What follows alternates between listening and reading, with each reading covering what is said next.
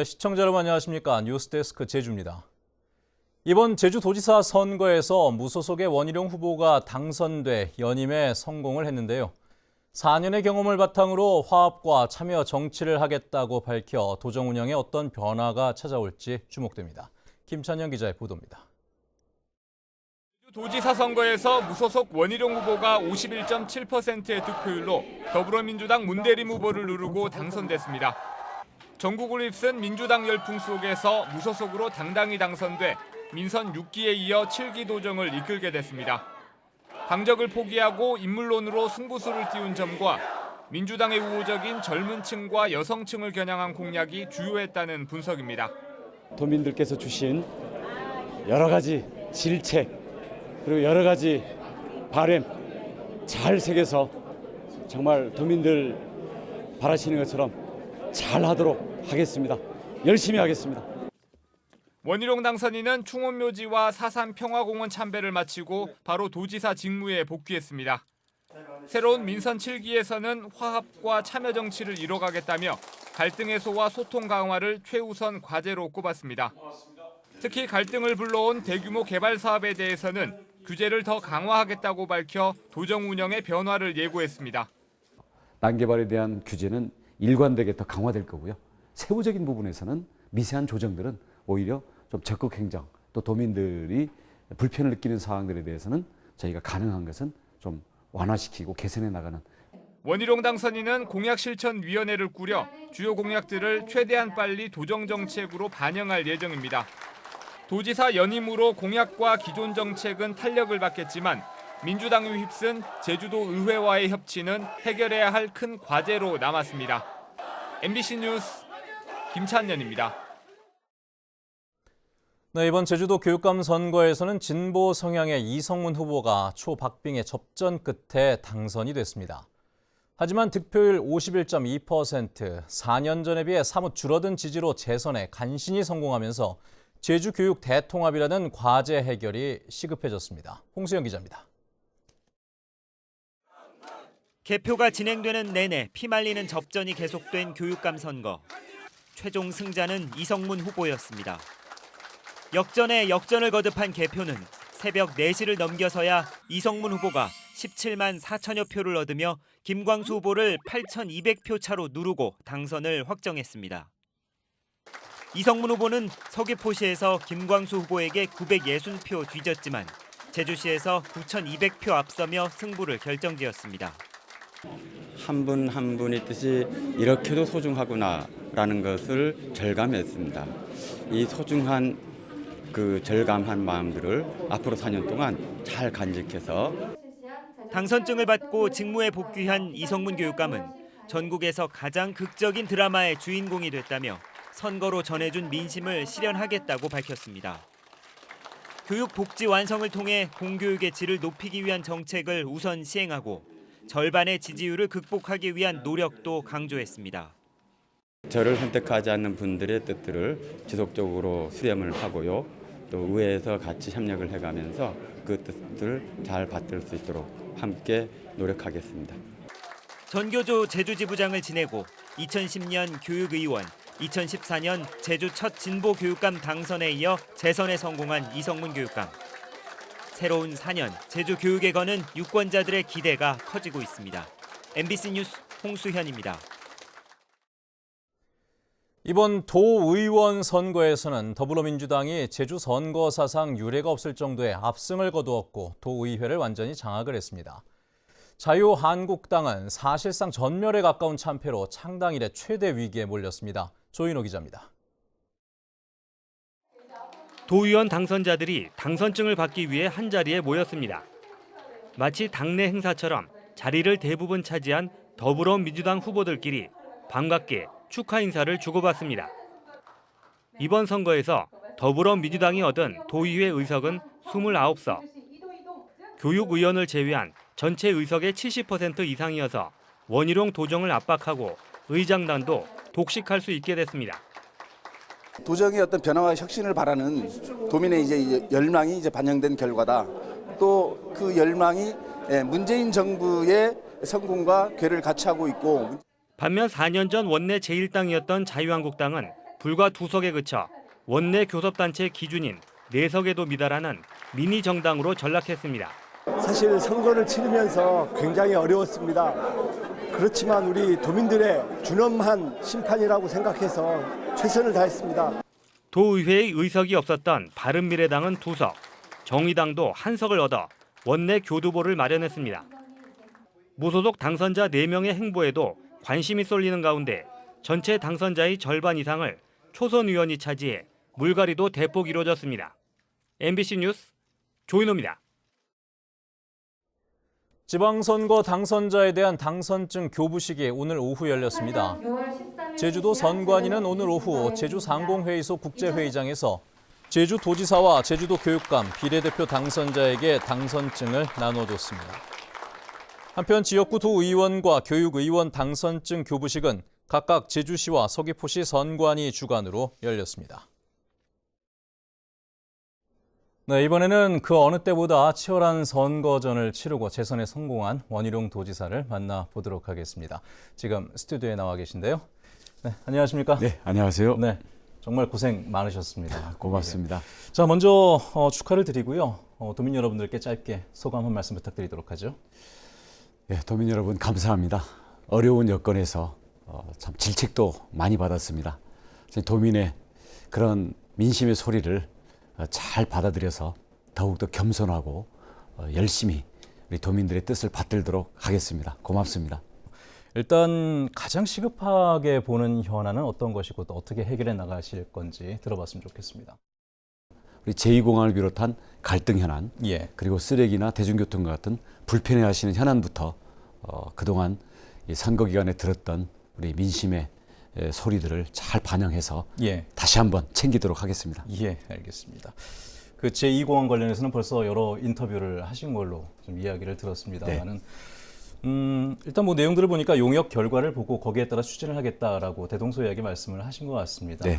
근데 이제 대부분의 사람들의 해석은 사소한 조정은 있겠으나 그대로 진행하는 것은 아니냐 이렇게 좀 생각들을 많이 하셔서 거기에 대해서는 어떤 의견을 갖고 계신지요? 지금 그 재검증 용역 아직 물론 밟지도 못했습니다만은 그렇죠. 거기에 가면은 제2공항이 필요한지 그리고 필요하다면 지금 공항을 확장할 건지 아니면 이걸 폐쇄하고 새롭게 할 건지 예. 아니면 2개로 할 건지 자 그러면 좁혀져서 2개로 한다면 어디로 할 건지 그럼 만약에 이 지금 성산 온평리 공항이라고 한다면 거기에 동굴, 오름, 뭐 기상 이런 것들은 어떤지 이런 것들이 그 안에 다 들어있거든요. 예. 그리고 그 안에 보상 뭐 예산 문제 이런 것들도 들어있기 때문에 이런 것들을 전반적으로 다 들여다보면서 재검증이 되면 문제가 있으면 있는 대로 없으면 없는 대로 그 내용을 가지고 우리 도민들이 다시 한번 논의를 하고 지혜를 모을 수 있는 그런 계기가 오리라고 생각합니다. 예. 그래서 그게 아직 나오지 않았기 때문에 미리 어떤 걸 정해놓고 야, 그게 경우에는 어떻게 하느냐라고 자꾸 이야기를 좁히다 보면 예. 원래의 그 뜻에서 너무 좀 좁아질 수 있다고 생각합니다.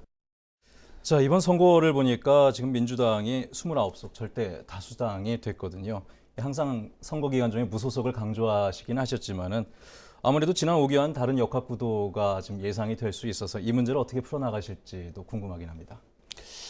예, 뭐 정치적인 견해가 뭐 심각하게 서로 다르다거나 그런 정치적 현안이 있으면은 사실은 의회의 의석 숫자가 문제가 되겠지만요.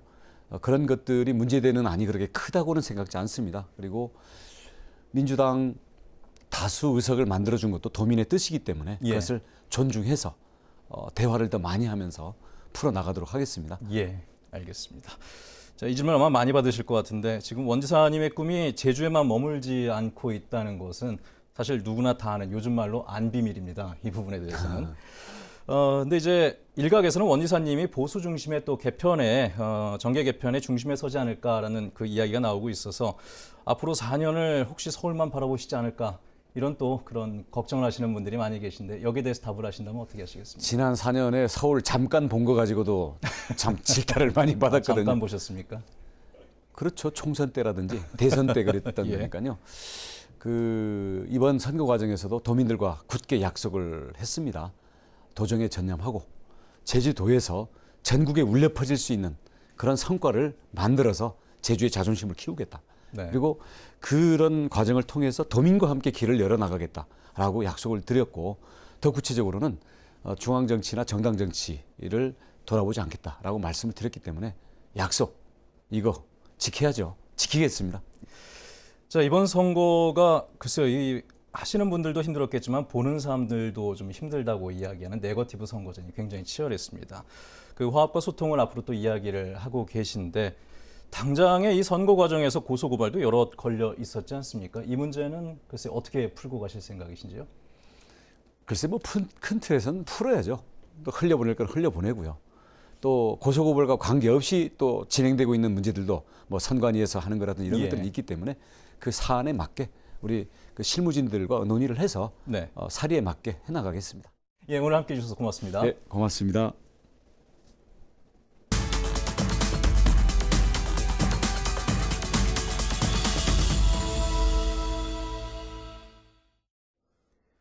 (4.3) 당시 불법 재판인 이른바 군사재판으로 억울한 옥살이를 한 수용인들이 국가를 상대로 재심을 청구를 한 지 1년이 넘었습니다.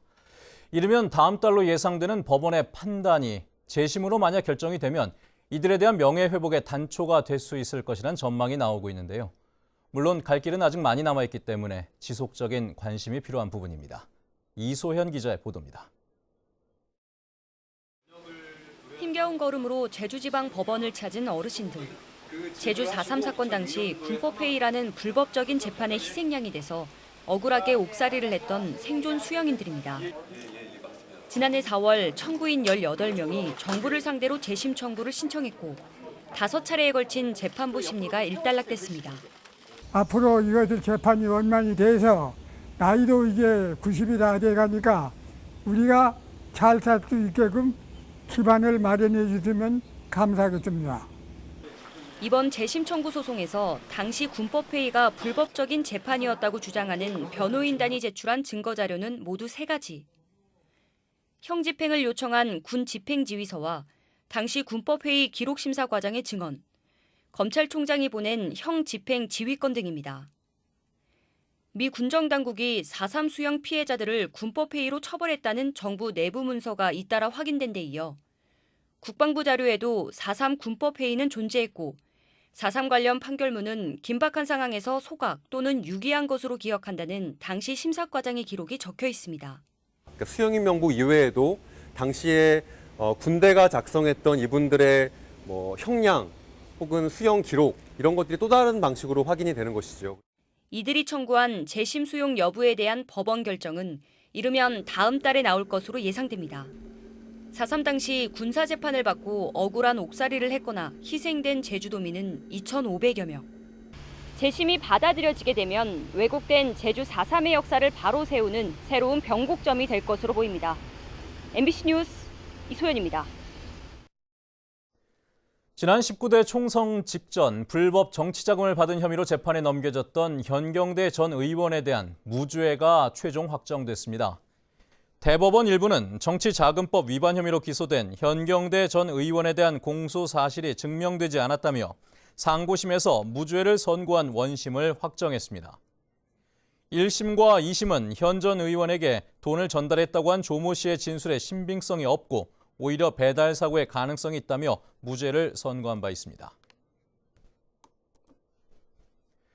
제주지방법원 신재환 판사는 경찰관을 폭행한 혐의로 기소된 25살 강모 씨 등 3명에게 벌금 500만 원을 선고했습니다.